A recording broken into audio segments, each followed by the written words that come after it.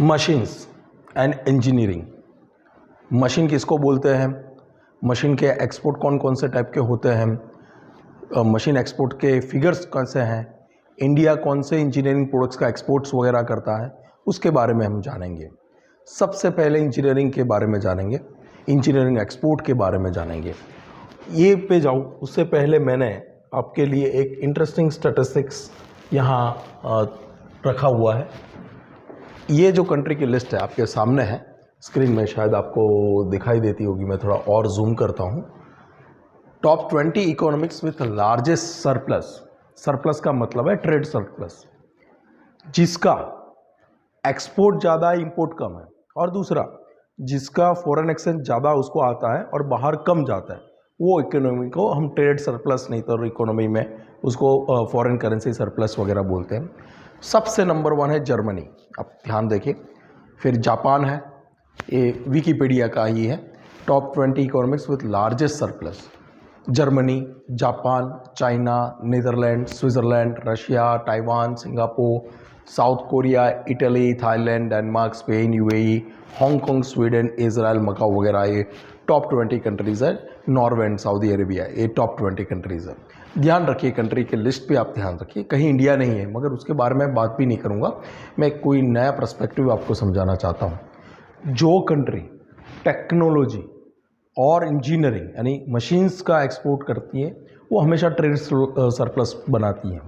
अगर मैं 18th और 19th सेंचुरी की बात करूँ तो उस ज़माने में ब्रिटेन के, हम जानते हैं कि जिन्होंने हमारे पे लंबा राज किया था, और वेस्टर्न कंट्रीज़ खास करके फ्रांस है, जर्मनी है, ठीक है, और नीदरलैंड है, बेल्जियम, उस टाइम पे जो कंट्री बड़े बड़े दुनिया पे राज करते थे, बेल्जियम वगैरह भी हैं, ठीक है, उन पे ट्रेड सरप्लस था और वो मशीन्स का प्रोडक्शन करते हैं। हम इंडस्ट्रियल रेवोल्यूशन जानते ही है, ब्रिटेन में शुरू हुआ था, शूइंग मशीन से लेके इंजीन से लेके इलेक्ट्रिसिटी, बहुत ज़्यादा उन्होंने खोज की और मशीन्स और इंजीनियरिंग में उन लोगों ने क्रांति कर ली। उसके लिए उनका ट्रेड सरप्लस लेता था, वर्ल्ड में इकोनॉमिकली और बाकी पॉलिटिकली भी वो राज कर पाए थे। सेकंड, जो 20th सेंचुरी बात करूँ तो वो सेंचुरी खास करके अमेरिका और उसके आगे पीछे रही। अमेरिका भी उस ज़माने में सबसे अच्छे मशीन, आज भी बनाता ही है, सबसे अच्छी टेक्नोलॉजी और मशीन बनाने वाला कंट्री हुआ करता था। काफ़ी जो यूरोपियन कंट्री को भी उसने ये टेक्नोलॉजी और मशीन में ओवरटेक कर दिया था, उसी लिए वो अपना ट्रेड सरप्लस बना पाया। इकोनॉमिकली सबसे वर्ल्ड की सबसे लार्जेस्ट इकोनॉमी है, और पॉलिटिकली भी काफ़ी डोमिनेंट और सबसे सुपर पावर माना जाता है, वो वाला कंट्री है। अभी जो उभरता हुआ कंट्री है, इन द सेंस जो वर्ल्ड की सेकंड लार्जेस्ट इकोनॉमी है, वो चाइना। उसका भी सबसे बड़ा जो स्ट्रेंथ है उसका मशीन से। चाइना मशीन प्रोडक्शन करता है, वर्ल्ड में एक्सपोर्ट करता है। आज एक भी ऐसा बिजनेस के प्रोडक्शन लाइन नहीं होगा जहाँ पे कोई ना कोई चाइनीज़ मशीन का उपयोग ना होता हो। एक ज़माने में चाइनीज़ मशीन को बहुत बुरा बोलते थे, क्वालिटी वाइज सही है कि नहीं, मगर चाइनीज़ ने क्वालिटी भी इंप्रूव कर ली, मास प्रोडक्शन भी लाया, चीज़ें सस्ती भी की। मिस वर्ल्ड के आज मशीन मार्केट में चाइना ने काफ़ी अच्छा काम किया है और बहुत आगे बढ़ चुका है। सेकंड, मैं अपने जो एडमिनिस्ट्रेटिव कैरियर की बात करूं तो उसमें भी मैंने जो मशीन्स इंपोर्ट का काफ़ी चीज़ें मैं देखता हूं। आपको पता ही है, DGFT के एक EPCG करके स्कीम है, एक्सपोर्ट प्रमोशन कैपिटल गुड्स, उसमें भी जो मेजॉरिटी ऑफ मशीन्स जो कहीं से इंपोर्ट होता है वो चाइना से होता है। मैं इसीलिए आपको इतना लंबा चौड़ा बता रहा हूँ, जिससे आप इंजीनियरिंग का एक्सपोर्ट का महत्व समझे, मशीन का एक्सपोर्ट का महत्व समझे। जो हमने बुक बनाई है एक्सपोर्ट एनालिसिस की, पंजाब की, उसकी सीरीज़ में मैं आगे जो बताना चाहने वाला हूँ, इंजीनियरिंग एक्सपोर्ट के बारे में बताने वाला हूँ।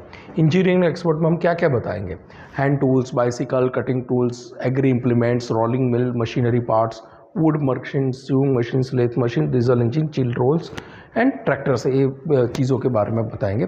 तो सबसे पहले मैं पकड़ूंगा हैंड टूल के बारे में। आपके स्क्रीन में आपके सामने हैंड टूल, शायद ही आपने उसको एक्सपोर्ट के बारे में कभी गौर किया होगा, उसकी इकोनॉमी के बारे में जाना होगा।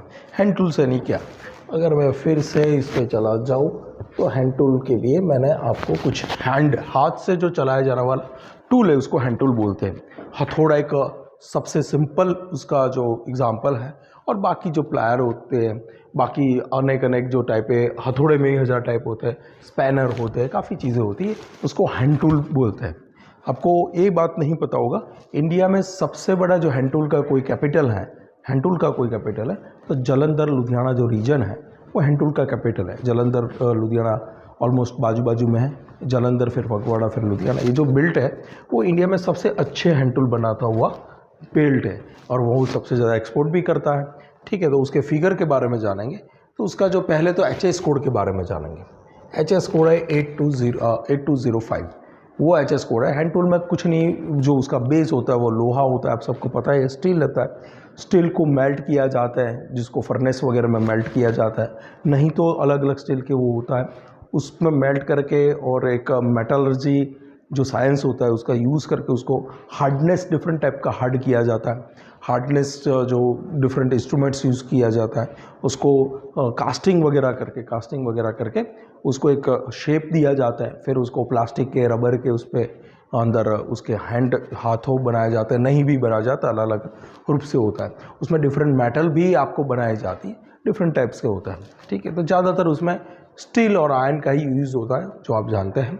तो 8205 ये चैप्टर के अंदर, 8205 HS कोड के अंदर इंडिया ने 18-19 में लगभग 834 करोड़ का एक्सपोर्ट किया था, 19-20 में 799 यानी 800 करोड़ का एक्सपोर्ट किया था। यानी हमारा एक्सपोर्ट अराउंड 800 करोड़ के आसपास है। इंडिया का जो सबसे बड़ा जो हमारा बायर है, वन एंड ओनली, हर बायर नंबर 1 जो होता है USA ही होता है। Second UK, France, Germany, UAE, Australia, Nepal, Sweden and Mexico, ये हमारे टॉप 10 बायर्स है। पहले USA, फिर UK, France, Germany, UAE, Australia, Nepal, Italy, Sweden, Mexico. Punjab से जो एक्सपोर्ट है उसका भी मैंने 6 डिजिट फिगर निकाला है, लगभग 404 करोड़ का पंजाब का एक्सपोर्ट है।